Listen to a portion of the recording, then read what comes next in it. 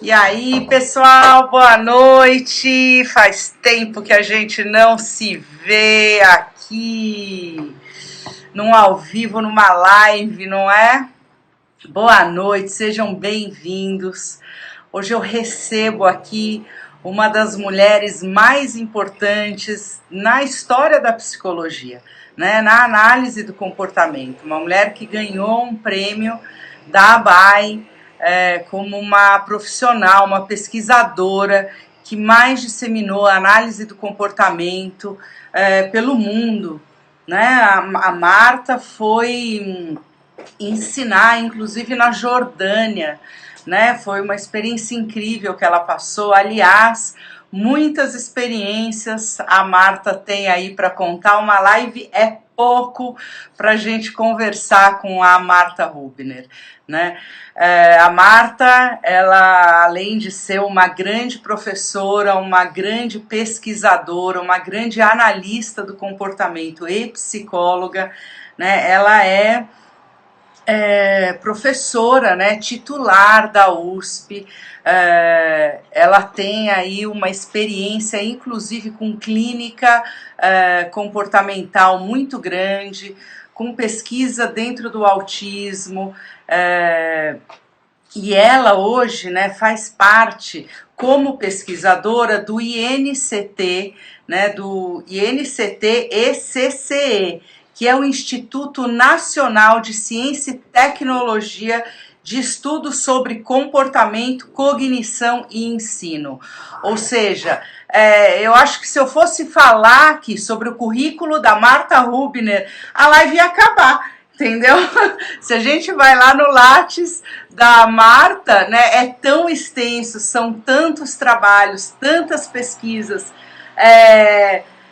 uma vida, né, inteira dedicada a estudar, a pesquisar o comportamento humano para melhorar a vida das pessoas, né? Isso é incrível, né? A Carmen Teixeira aqui, minha eterna professora, exatamente. A Marta é uma daquelas mulheres que depois que você conhece, ela se torna inesquecível, né? Não só como uma profissional, porque ela tem muita propriedade intelectual, muita propriedade sobre a análise do comportamento, né? Ela é uma das que dissemina a análise do comportamento no Brasil e no mundo, e é uma querida, né? Uma professora, uma pessoa carismática, né? A gente, quando se encontra nos congressos, sempre tem uma cantoria junto com a Marta, a gente sempre dá muita risada junto. Então, realmente é uma pessoa, uma mulher inesquecível, né? Uma grande professora. O ano passado eu tive a honra, né, de dar uma aula lá no curso dela do Hospital Universitário, onde ela é também coordenadora do serviço de psicologia lá no HU. E foi incrível, né? Porque receber um convite da Marta é sempre uma honra, e ter ela aqui numa live, eu acho que é o debut da Marta, né? A primeira live que a Marta vai fazer. Então eu tô aqui muito honrada em abrir, né, esse espaço para ela, para que ela possa falar sobre comportamento humano num momento tão importante, né? Tão difícil, no qual todos nós estamos vivendo, né? E eu acho que a Marta pode contribuir muito, porque ela tem, né, um know-how, né, sobre mudança de comportamento, sobre instalação, sobre como é o manejo, né, principalmente em condições aversivas, que é exatamente isso que a gente está vivendo hoje, né? Então, tá aqui a Luísa, além de grande professora, grande pesquisadora, grande cantora, grande querida.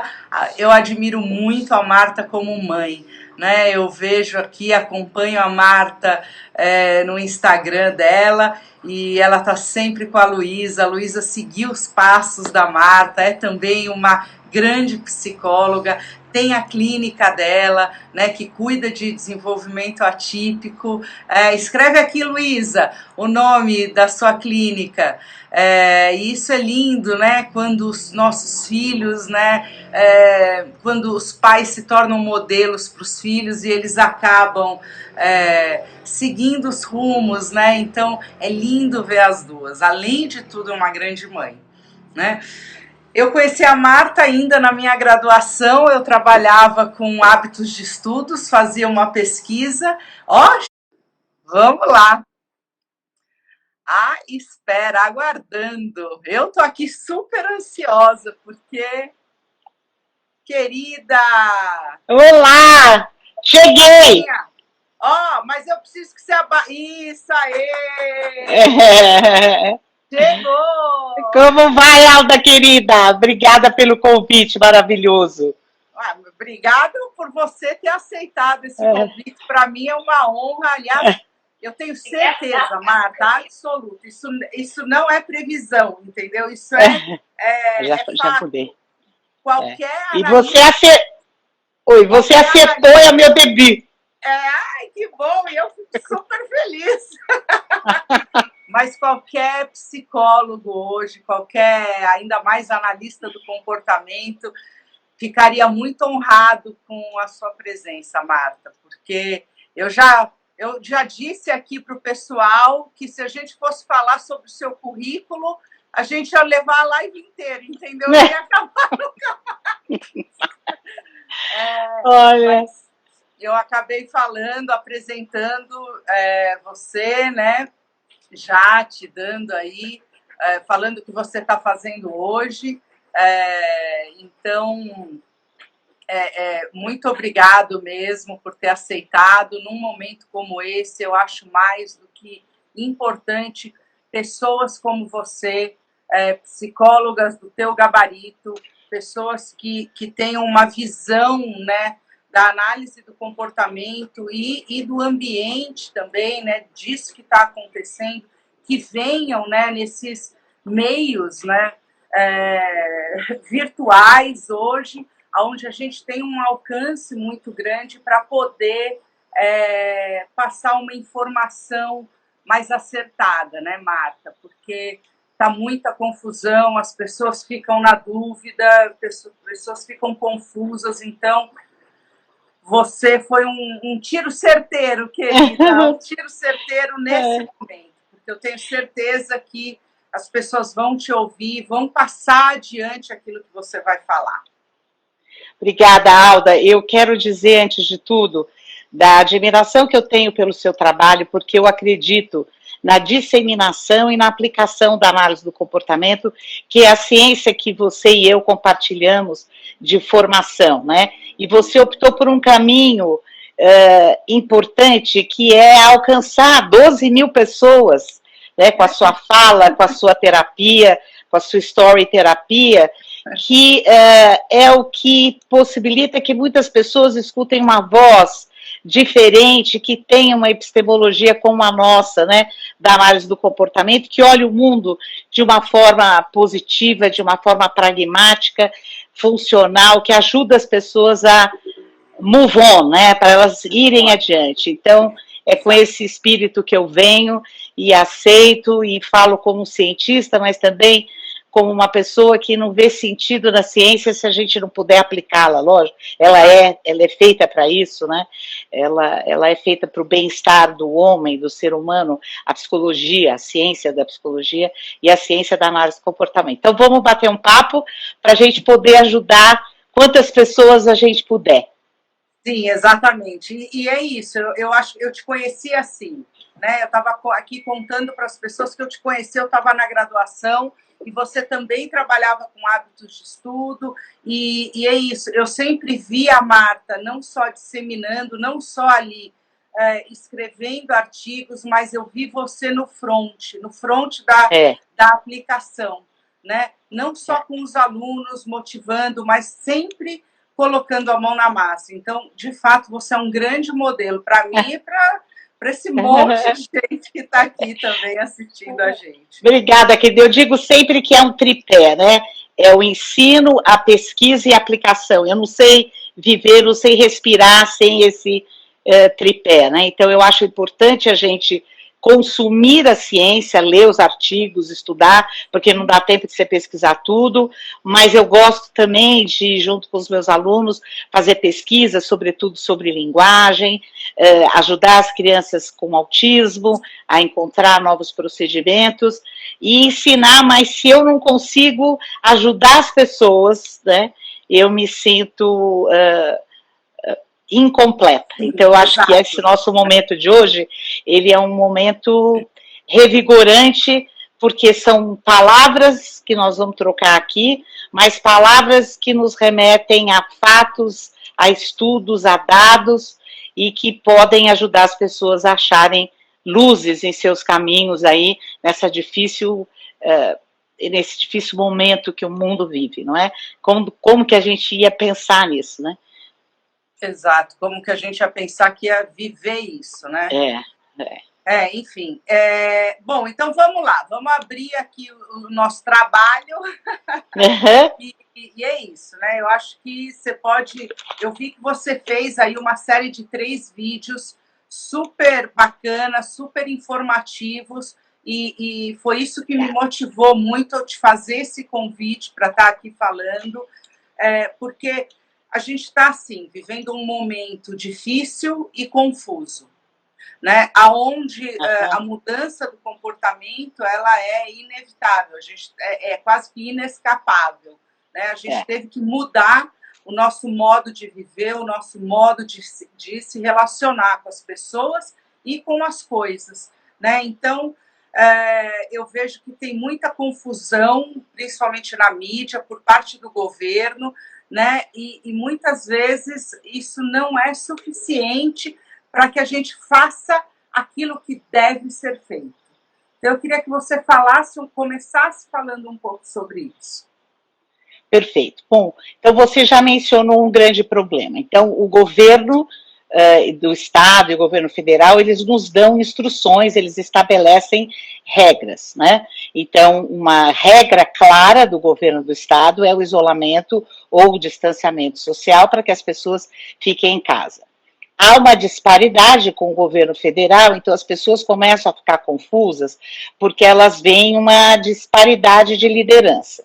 Então, vamos imaginar nós aqui do estado de São Paulo, pelo menos nós temos uma liderança que está se mostrando correta, a meu ver, no sentido de que ela segue a medicina, ela está com o Davi Wip, com todos os nossos colegas da USP e da Faculdade de Medicina, com os grandes cientistas do estado de São Paulo, Unicamp e todas as grandes universidades. Então, eles nos dão instruções e estabelecem regras. Esse comportamento de seguir instruções, de seguir regras, ele não é fácil e nem é muito forte, não é muito sólido. Depende da história de cada um de nós. Então, se você tem uma história em que você é uma pessoa seguidora de regras, obediente e disciplinada, você é daquelas que rapidamente vai seguir as regras. Mas há pessoas que seguiram uma vida e que os pais diziam para as crianças assim: filho, vai dormir, senão o homem do saco vem te pegar. E a criança ia para a cama, não dormia e não vinha homem de saco nenhum. Então é uma criança que provavelmente cresce mais opositora e fala: quem é esse para dizer que eu não saio de casa? Além disso, é complicado você seguir a instrução, porque o que eles estão dizendo é basicamente importante, não saiam de casa, porque se vocês saírem, a transmissão desse vírus, terrivelmente forte, ela é uma transmissão comunitária. Você não sabe mais onde ele está em todo lugar, ele é um vírus de superfície, então ele é rapidamente contaminável, a gente se contamina muito rapidamente. Então fiquem em casa. Então é uma contingência aversiva, ruim, em que a gente eles estão dizendo para a gente, fique em casa para evitar o ruim. Muito bem, então a gente começa a seguir, até porque em alguns países eles colocam multa, aqui no Brasil e em São Paulo ainda não foi isso, mas aí você começa a seguir a regra e você não vê a consequência, você se mantém saudável, Mas essa consequência de evitar o pior, é o que a gente chama tecnicamente de reforço negativo, é uma contingência, é uma condição que nos leva a se esquivar do ruim. Se esquivar do ruim é um tipo de comportamento, mas é um comportamento que é mais fraco do que aquele que é controlado por uma consequência agradável e positiva. E aonde está, durante o isolamento, essa consequência agradável? Ela está lá fora, nas ruas. Sim. Em ver gente, em ver os amigos, em poder abraçar pai e mãe que estão em outras casas, poder viajar, poder ver as pessoas. Então, o que a gente tem que fazer? A gente não tem muita saída. A gente, primeiro, tem que entrar em contato com as consequências aversivas, de que jeito? Não ficando doente, mas pelo menos vendo as informações, que é um pouco que alguns canais de TV estão fazendo, e a gente entrando em contato com o sofrimento alheio, para ver se isso também nos impacta, né? Que é ver as mortes. É ter um pouco de medo, assim, é olhar... Isso, aí não tem... essa é uma parte... Só a notícia ruim... mas é entrar em contato com esse ruim. Esse é um pedaço da coisa para te manter isolado. Esse é um pedaço que, para contingências aversivas, né?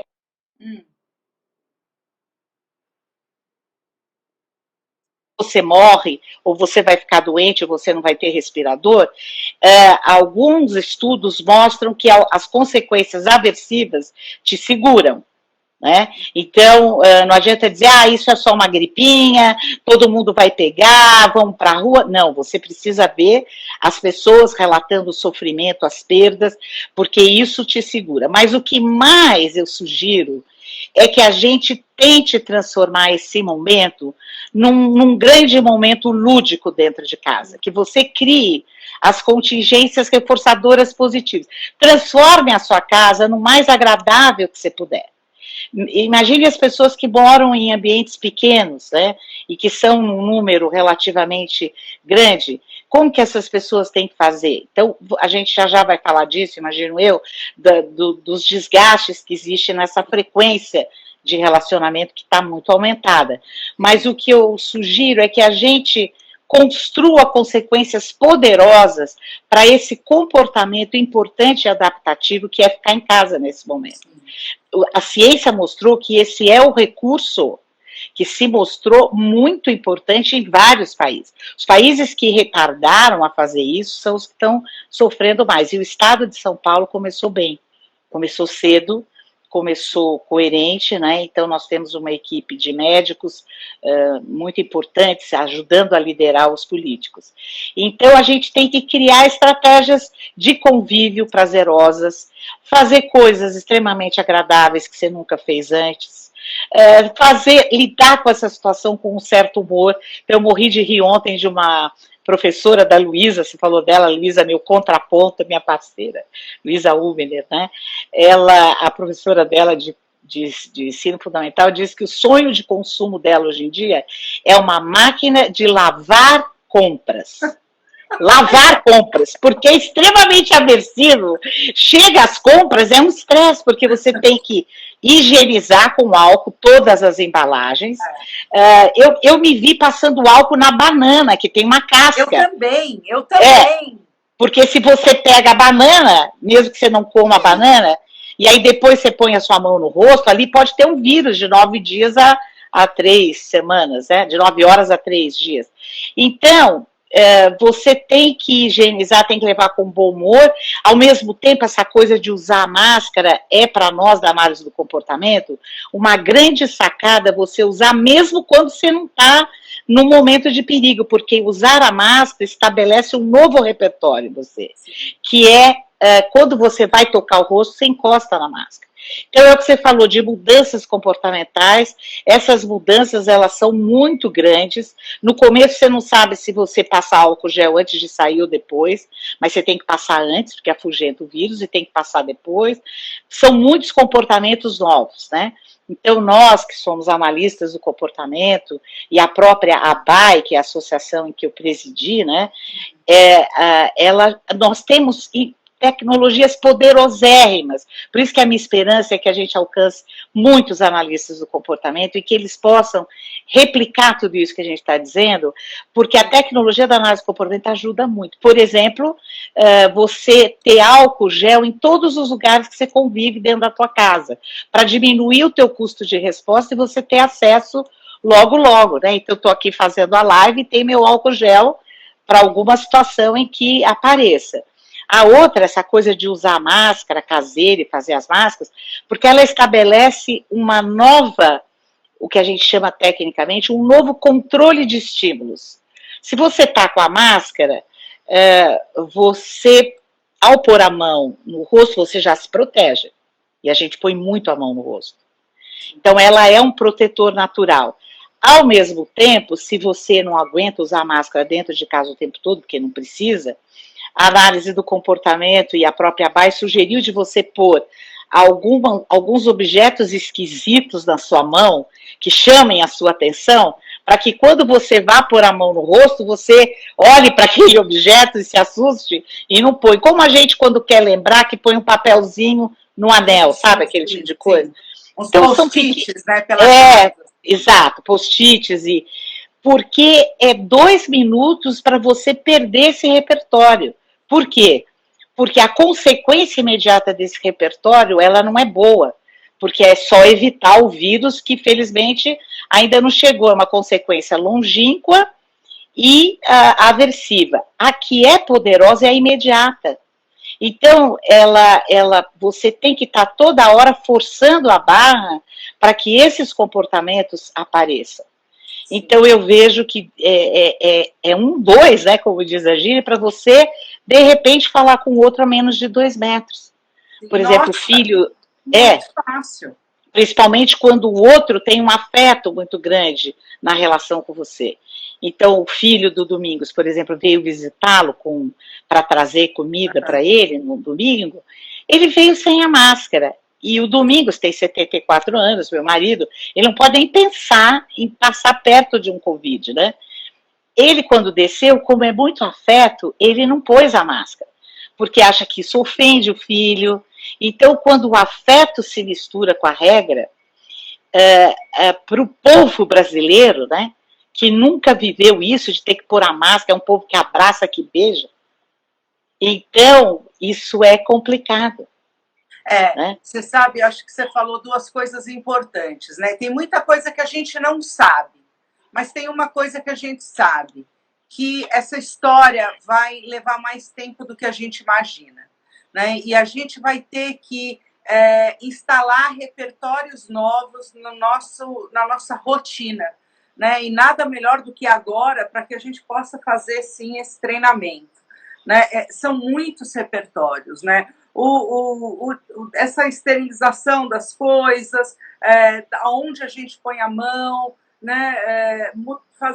Ter mesmo essas estratégias. Eu vejo aqui em casa como tem mudado e como é difícil, Marta, eu como a mãe, né, do lar, convencer o outro ou mostrar para o outro como ele deve agir, né? Então, sem dúvida. E é muito interessante isso, porque até o comportamento ser instalado, né, o novo repertório, a gente está correndo risco.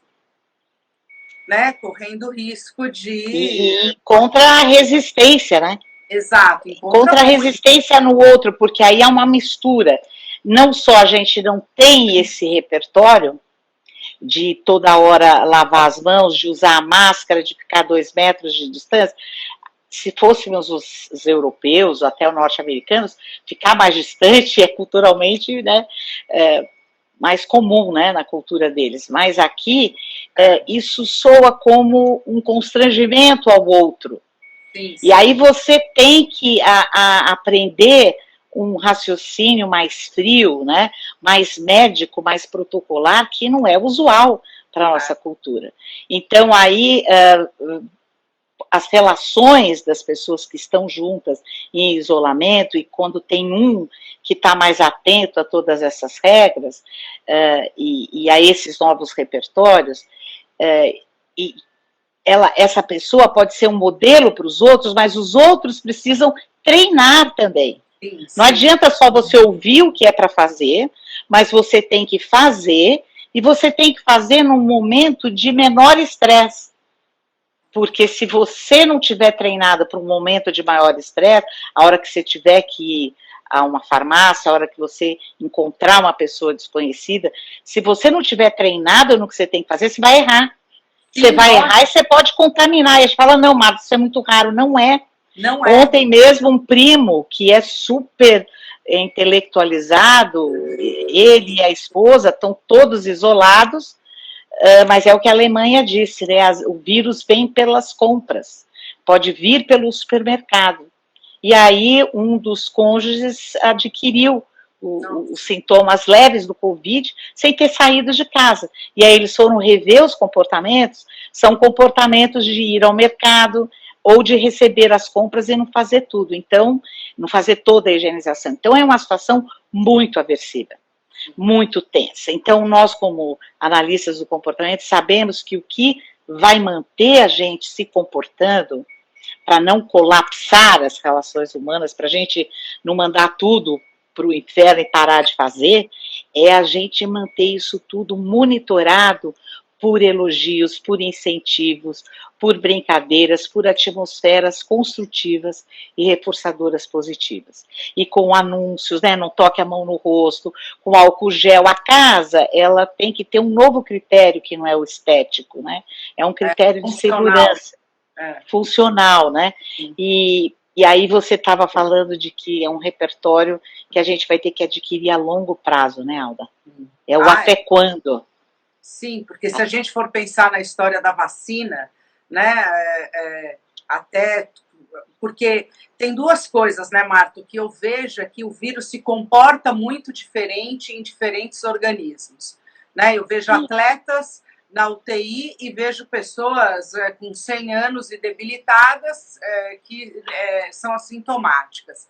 Então, nem isso, né, a gente tem hoje nenhum tipo de previsão ou controle, né? E a gente sabe que até chegar essa vacina, né, ou até uma população como a brasileira ficar imune, a gente tem aí uma longa jornada. Eu tenho repetido muito que apesar de fazerem, eu estou no meu 38º dia de isolamento e tenho, às vezes eu sinto que eu ainda estou no começo, né? E essa é a hora do treino. Eu tenho falado muito isso aqui para as pessoas, que talvez a hora da batalha ela ainda não tenha chegado e a gente precisa estar forte para essa hora. Então, a gente precisa estar treinando, não só comportamentos esses que a gente, de proteção, mas treinando o nosso organismo, né? Comendo bem, cuidando aí da nossa saúde mental, né? Praticando mindfulness, cuidando da nossa ansiedade, porque acredito eu que o topo aí da curva, né, ainda não chegou. Fabiana Guerreiro está aqui falando treino de resistência, né? Exatamente, né? Acho que a gente tem que... E é isso, é treinar com um vírus invisível, né? Treinar com essa coisa que a gente olha... Eu pergunto aqui várias vezes, Marta, se as pessoas... Você conhece alguém que tem? A grande maioria diz que não. Hoje, infelizmente, né, eu estava aqui à tarde, recebi a notícia que um amigo está mal no hospital. E aí me deu aquele baque. Foi aquilo que você disse, né? Eu precisei de uma notícia ruim para que mudasse o meu pensamento, que já estava, nossa, as aulas vão começar, tem mais gente na rua, será que eu posso dar uma saída para falar? Exato. Põe o freio aí, retorna, porque chegou perto. O raio chegou perto. Então... Hoje mesmo, numa entrevista do presidente do Einstein, ele disse que o pior está por vir nas redes públicas, né? Então, parece que esse vírus, ele também afeta diferentemente as classes sociais, né? Então, ele começou com as pessoas que viajam, os hospitais particulares de São Paulo estão podendo agora, já tiveram uma baixa, estão podendo agora compartilhar leitos com a com a rede pública, mas parece que o pior da pandemia do estado de São Paulo ainda está por vir e atingindo essas camadas. E nós, por exemplo, eu moro no Morumbi, São Paulo é uma cidade, é uma megalópole, ela está toda... felizmente, né, as diferentes classes sociais, elas coexistem, né? Então, as aglomerações, elas rapidamente estão acontecendo. A gente está só com 57% de isolamento e de distanciamento. Então, o vírus está chegando muito perto, sim. Né? Então, nós temos no grupo do CAIS, a gente, que é o serviço da USP, a gente tem uma aluna que se contaminou indo comprar máscaras nas farmácias, logo depois que ficou de quarentena. E aí você tem várias histórias mostrando que foram em pequenos momentos, pequenos detalhes, né? E aí, numa das suas falas agora, me lembrou o fenômeno da incontrolabilidade, que é também a imprevisibilidade, até onde vai isso, até quando, né? E a minha sugestão é o seguinte, vai ser um longo processo, né, de tudo que a gente está vendo, porque a vacina demora, até imunizar todo o rebanho, a gente vai ter que pôr em risco muita gente, isso não é bom. Então, o que nós, individualmente, em nossas famílias, em nossa vida, em nossa ontogenia, né, a nossa vida individual, o que a gente pode fazer? Um dia de cada vez, e saber que nós temos controle, sabe sobre o quê? Sobre o nosso comportamento.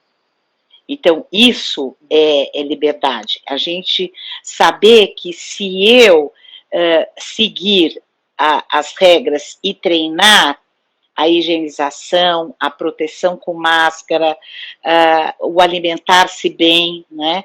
E manter uma atmosfera de leveza, de humor, né, e de reforço positivo, que é a monitoria agradável um do outro, né, isso nos fará conseguir administrar esse tempo que vai ser longo, né. Então, o uso da máscara, né, nós vamos ter que nos acostumar com esse visual. Isso eu tive no Japão, presidindo a reunião da ABAE, e lá é a coisa mais comum, você sai e dirá a cada 10, 7 estão de máscara, por inúmeras razões. E na aqui Ásia toda, né? A grande parte da Ásia, né? Eu tive na Ásia também, no Vietnã, e só turista que não usa máscara, o resto, a população inteira usa máscara. Então, talvez, essa vai ser uma nova prática. Então, eu acho que a gente não deve se perguntar até quando, porque isso aumenta a nossa ansiedade, né? Então, eu acho que é um dia de cada vez, e o que eu posso fazer por mim, pelos meus e pelo coletivo. Então, o aprendizado de uma compaixão pelo outro, que a gente tem que fortalecer e reaprender, porque juntos somos fortes, né? Juntos a gente vence, sozinhos a gente perece. A gente não vai conseguir vencer essa luta sozinho, não. A gente vai precisar muito do outro, né? Então, eu me vejo chorando diariamente, seja de ver a compaixão de muitas pessoas, seja vendo a tristeza de muitas famílias, e acho que nos cabe, né, aprender o que Skinner sempre disse, que é um dos autores que a gente estuda muito, né?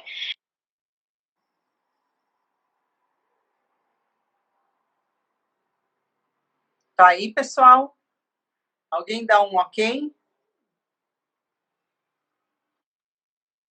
A gente não tem agido para salvar o mundo. É um texto de, acho que de 80, eu não me lembro a data agora, acho que 87, Why we're not acting to save the world. Por que a gente não está agindo para salvar o mundo? Então a gente faria essa pergunta para nós mesmos. Por que a gente não está... Não, já voltou. Voltou a câmera, Alda? Voltou. Voltou. Estava falando então, do texto do Skinner. Por que a gente não está agindo para salvar o mundo? É uma pergunta boa para nós, né?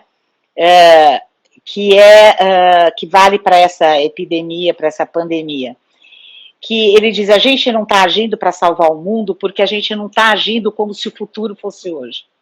E a gente tem que agir como se o futuro estivesse aqui agora, porque senão não vai haver futuro.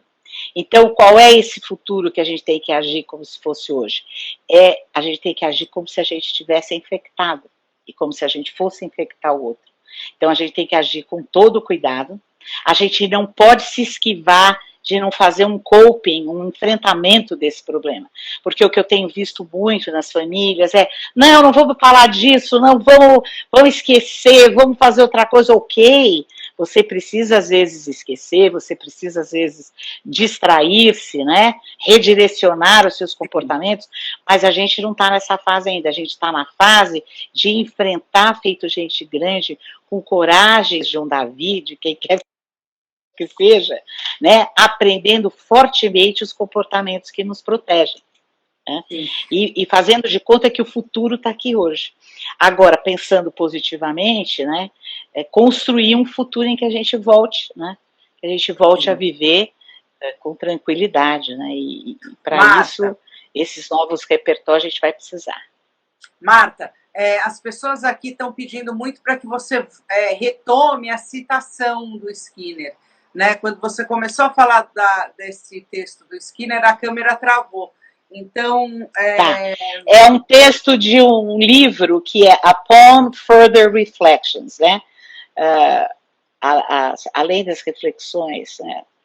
E é um capítulo que é Por que não estamos agindo para salvar o mundo?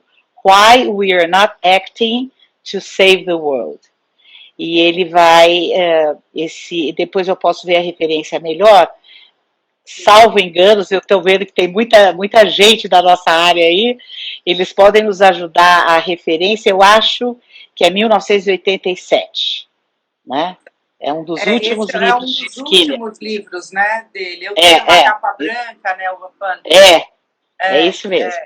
Então é isso, e ele fala, a gente precisa agir dessa forma, porque senão vai chegar um momento que não vai mais haver mundo, né? Sim. E foi isso que esse país, esse mundo fez, né? Agiu de uma tal forma que acho que eu tenho duas coisas aqui para dizer sobre o que você falou, né? Uma eu vou engatar agora, vou esperar a câmera voltar. Voltou, acho que é a internet da Marta. Ou é a Fiz minha? bobagem. Isso. Não é, o Eduardo Silo entrou e deu um alô, aí eu fui tocar a mensagem dele, daí saiu. Desculpe, gente. Voltei. O Edu Silo é um querido, acabou de escrever com a Carla de Piero, que também estava aqui, o livro Léo. Sou fã deles. Isso. Tô vendo o Felipe também aqui da Nels. Felipe Gomes, tem muita gente. Estamos aqui muito em 224 pessoas. Ai, que beleza. E eu vou pegar o gancho para falar sobre essas duas coisas, né? A primeira coisa que eu achei fantástica, como dica mesmo, um conselho de ouro, é que, de fato, a gente geralmente quer fugir, quer se afastar do estímulo aversivo, da informação, da dor.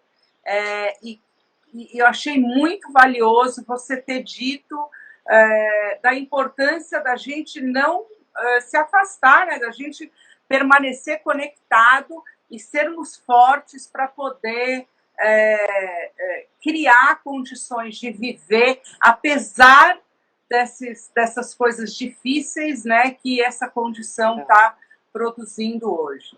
Então, eu achei fantástico isso, achei um conselhaço. A gente não pode se esquivar, né?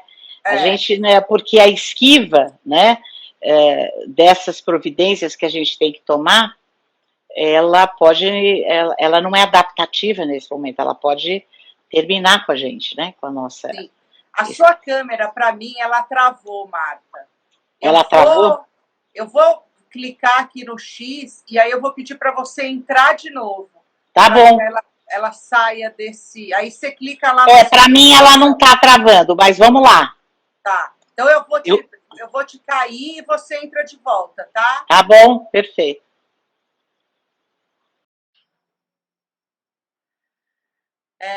Então a Marta já vem. Travou e aí eu caí a Marta, mas ela vai subir aqui de volta. Ela entra, sai e entra, né? E ao vivo é isso mesmo, e a gente tem que cada vez mais aprender a lidar com estas... Deixa eu ver se ela já pediu, ainda não pediu. Então, ela deve estar chegando de volta aqui. E eu quero falar uma coisa para vocês, eu estou vendo muitos analistas do comportamento aqui, e agora ela voltou. Ótimo, porque eu prefiro falar com ela aqui, né, pessoal? Tá chegando de volta. Voltei, pronto. Oba! Aí, voltei. Então, mas é uma delícia te ouvir, continue, Alda. Tá, então, vou falar. A primeira coisa é essa, né? Achei que foi uma dica valiosa, né? Se manter perto, né? A gente tem que ter maturidade e força, né? Nos fortalece a gente estar perto dessas questões que são difíceis. Aprender a administrar isso, né? E a outra coisa, aproveitando aqui o número de analistas do comportamento que tem aqui, né? A necessidade da gente tirar das gavetas, dos livros, dos congressos, dos cursos que a gente vai e faz tanto, principalmente dentro da análise do comportamento, e colocar para fora, né? Eu acho que essa hora é uma hora que o analista do comportamento ele pode contribuir muito, Marta. Por quê? Você falou coisas muito simples aqui, né? Como técnicas, como tecnologia, que podem ajudar muitas pessoas a usarem nas suas casas, né? Então, você imagina se essas 200 pessoas que estiverem aqui usarem, né, as suas mídias sociais, os seus WhatsApps, as suas lives, abrirem cursos no Zoom para oferecer para a população, né, dicas, conselhos de como é que se faz. É isso, é o treino dessas respostas. Eu me lembro que logo que começou, dia 14 de março, a gente entrou em quarentena aqui em casa. E eu dizia pro Domingos, olha, você pôs a mão na boca, você pôs a mão no rosto, faz de outro jeito. E ele dizia, não, mas eu não estou infectada. Eu falei, eu sei, mas estamos treinando para que isso não aconteça, né? Então, você ficar sob o impacto de uma consequência futura que não aconteceu e você treinar para que ela não aconteça. Isso requer muita autocontrole, muita disciplina e muito coping, muito enfrentamento. Então, não é fácil, não é do dia para a noite. Eu mesma, durante muitos anos da minha vida, fugi de diagnóstico médico, fugi de médico, não queria nem olhar, né? Eu não quero nem olhar para o exame, porque você não quer ver a informação ruim. Tem estudos, né, de laboratório com animais que mostram que o estímulo discriminativo, quando ele anuncia as informações ruins, os ratinhos, os pombos, eles clicam também, eles não são bobos, não, eles clicam na informação ruim também, aquela que anuncia o aversivo. É sobrevivência, é interessante isso. Então, o estímulo, ele é aversivo, ele anuncia uma coisa ruim, mas se a gente ficar atento, e é o que eles falam, né, informação é poder, né? Se você fica atento, você enfrenta melhor, você fica sob controle do que importa. Acabei de ver que as mortes estão dobrando aqui, mais do que na Espanha. Eu estou com a GNT ligada aqui. Então, o pior está por vir ainda, né? Então, o aversivo está muito perto e não está na hora de afrouxar, né? O governo anuncia de São Paulo que 10 de maio ele vai começar a reordenar aí a volta, né? Mas isso não quer dizer que as coisas estejam melhorando em termos de estatística. Isso, exatamente. Então ainda é momento de treino. Eu tenho aqui uma máscara de avião, sabe aquele tapa-olho de avião, olha?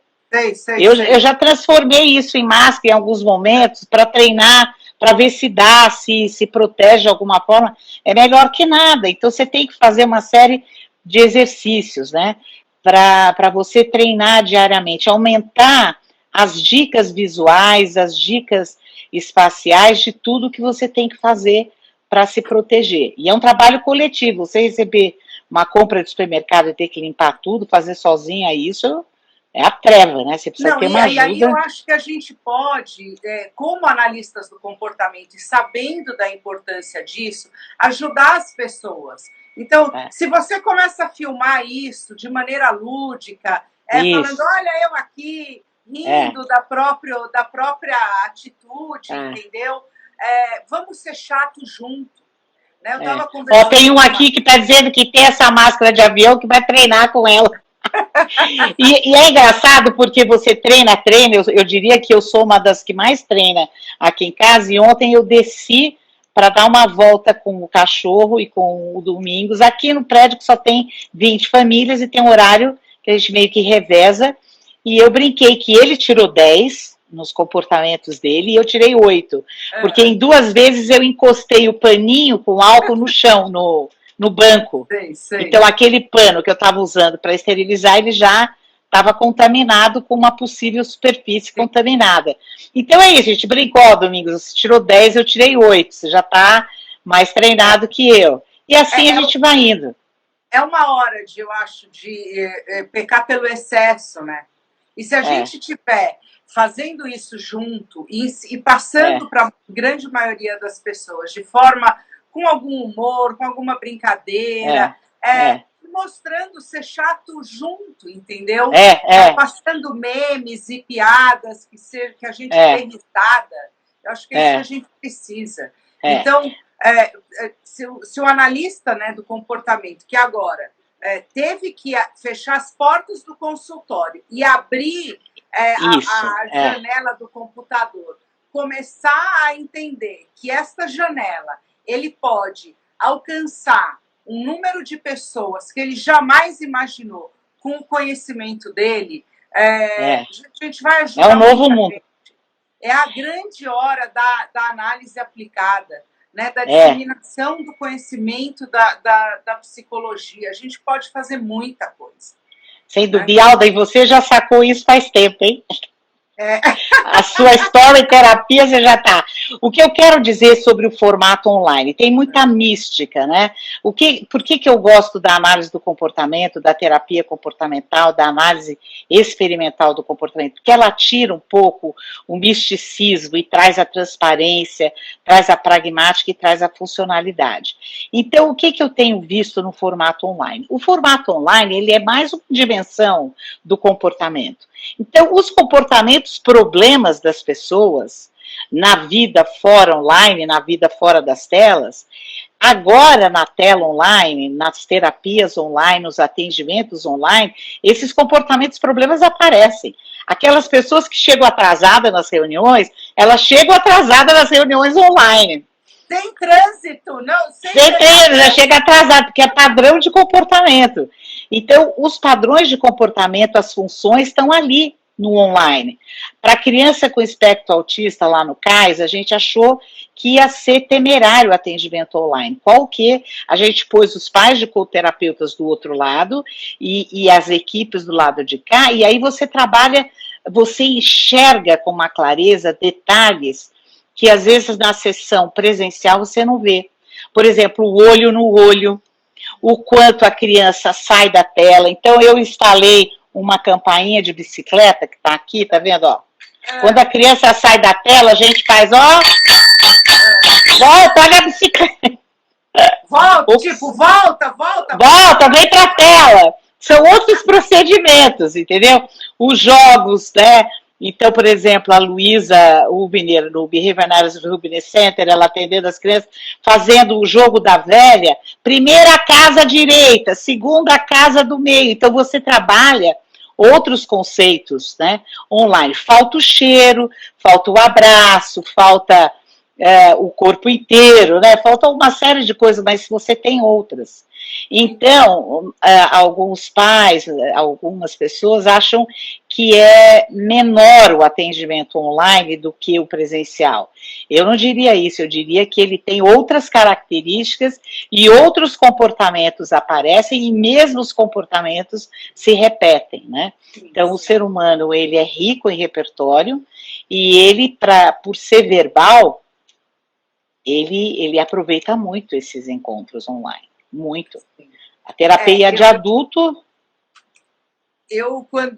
Quando há muitos anos atrás, quando eu comecei com a história do coaching, que o coaching, quando isso fazem 12 anos, Então, ele me permitia fazer atendimentos online e a terapia não, o conselho não permitia atendimento clínico online.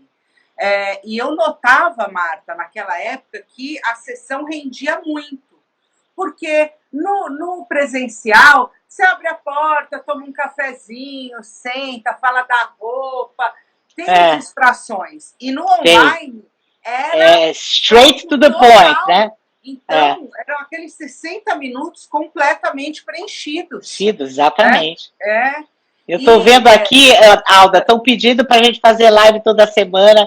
A Adriana Stiver, lá de Porto Alegre, está dizendo que adorou a campainha. É gostoso ver, né, a participação do pessoal. Não, super gostoso. E eu já vou sugerir aqui uma sua com a doutora Luísa, entendeu? Luísa Lubner. Mãe e filha. Falar um pouco sobre atendimentos com criança, porque eu faço parte de vários grupos de psicólogos.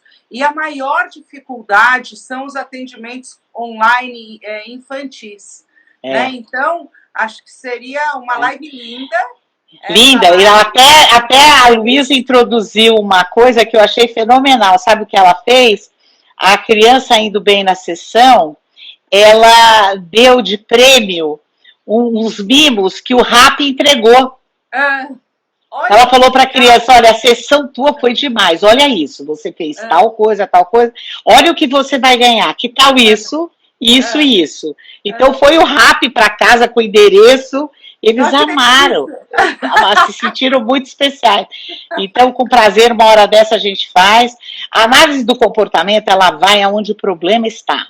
Exato, onde tem comportamento humano, gente. E tem comportamento online para burro, né? Para burro, hoje. Eu tô vendo aqui a Rafaela Barbara, tá aí, ela escreve para burro. A gente conversa muito sobre como mudar os comportamentos ao escrever no WhatsApp. Porque isso é modelagem de comportamento, né? Você interagir por WhatsApp, isso pode ser o começo, o fim ou o meio de uma relação. Você pode perder amigos, né? Então, eu acho que as possibilidades online, elas são muitas, né? E eu acho que é o momento. Então, é o momento. Não sei se nada será como antes. Não, nada, né? Não existe, não é voltar ao normal, né? Como você falou, é criar um futuro novo, né? E a gente não sabe como ele vai ser. E como é isso que a gente tem, por enquanto, essa janela, né? É por aqui que a gente vai se relacionar. E eu acho que a gente tem muita tecnologia, somos criativos para poder transformar, né, essa maneira de se relacionar positiva e saudável. Né? Olha que bacana isso que a gente está fazendo aqui hoje. Né? O teu aceite, eu tenho certeza que vai abrir portas para outras pessoas poderem levar o conhecimento. E a gente apertar a tecla SAP, Marta. Você falou hoje de coisas muito simples que podem ser feitas. Né? A história do não se afaste da informação que dói. Não.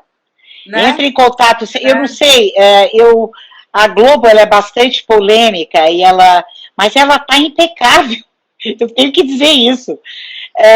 Os jornais lá, o Bonner, eles fazem todo dia o relato de quem ajuda e o relato das histórias pessoais, porque os modelos matemáticos que prevêem que 70% da população vai pegar o vírus, eu não quero ser aquele número, eu não quero ser um número, eu sou uma história, eu sou amor, afeto, emoção.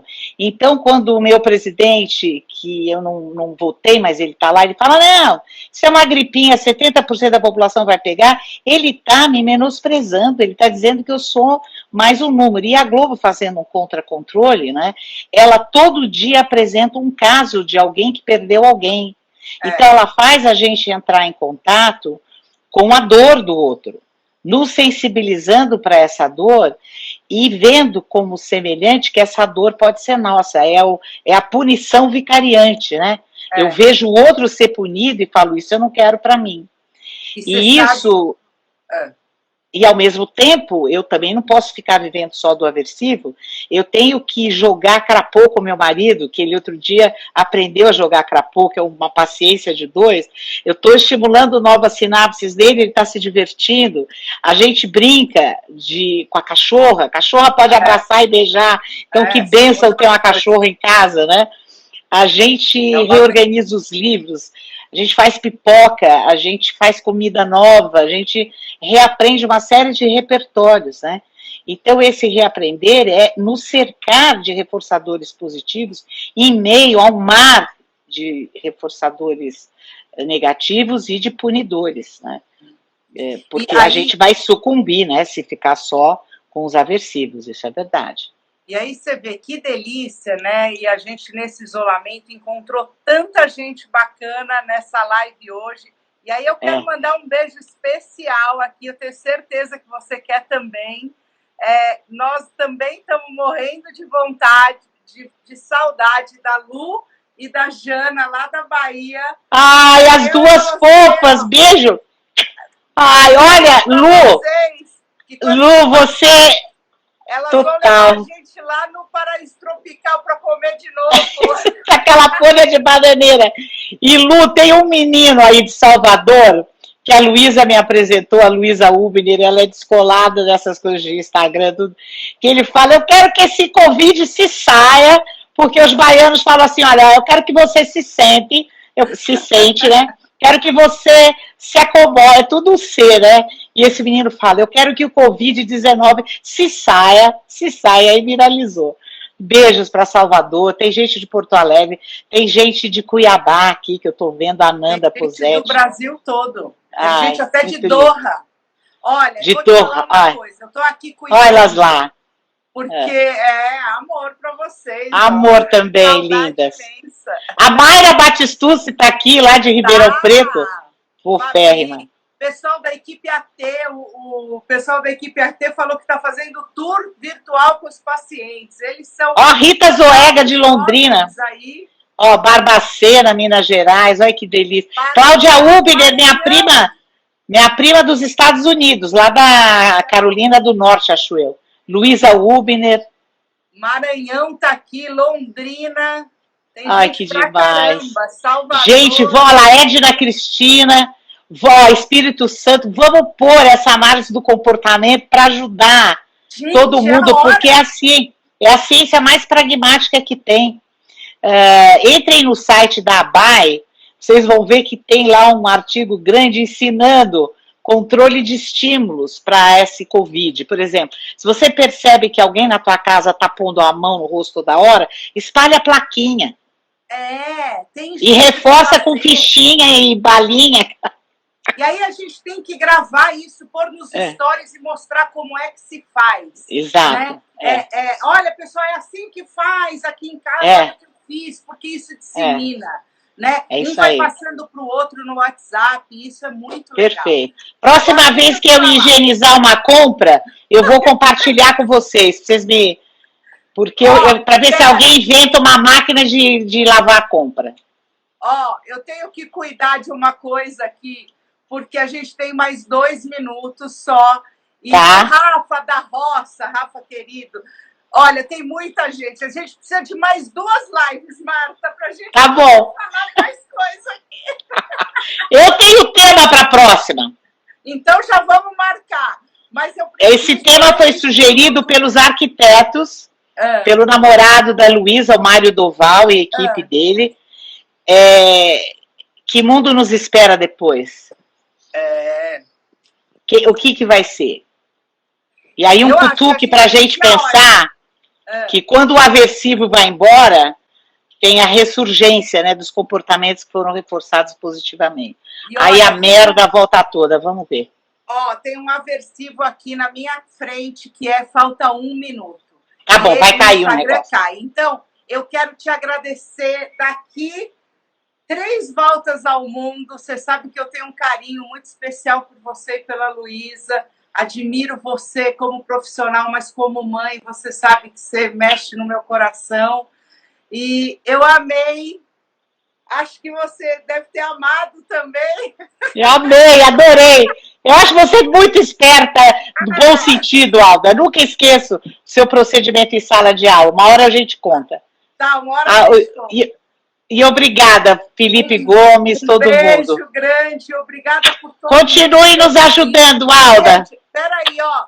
Faz um print dessa tela, gente, e posta para as pessoas poderem assistir no Instagram. Vai ficar 24 horas e depois no YouTube. Vai, print da tela. Eu já fiz 2. Ótimo. Então, ajuda a divulgar. Vamos fazer as pessoas melhorarem as suas vidas. Um beijo, querida. Boa noite. Boa noite. Beijo, queridos todos. Daiane Hipólito, beijo. Ana e Cuda, tchau. Tchau.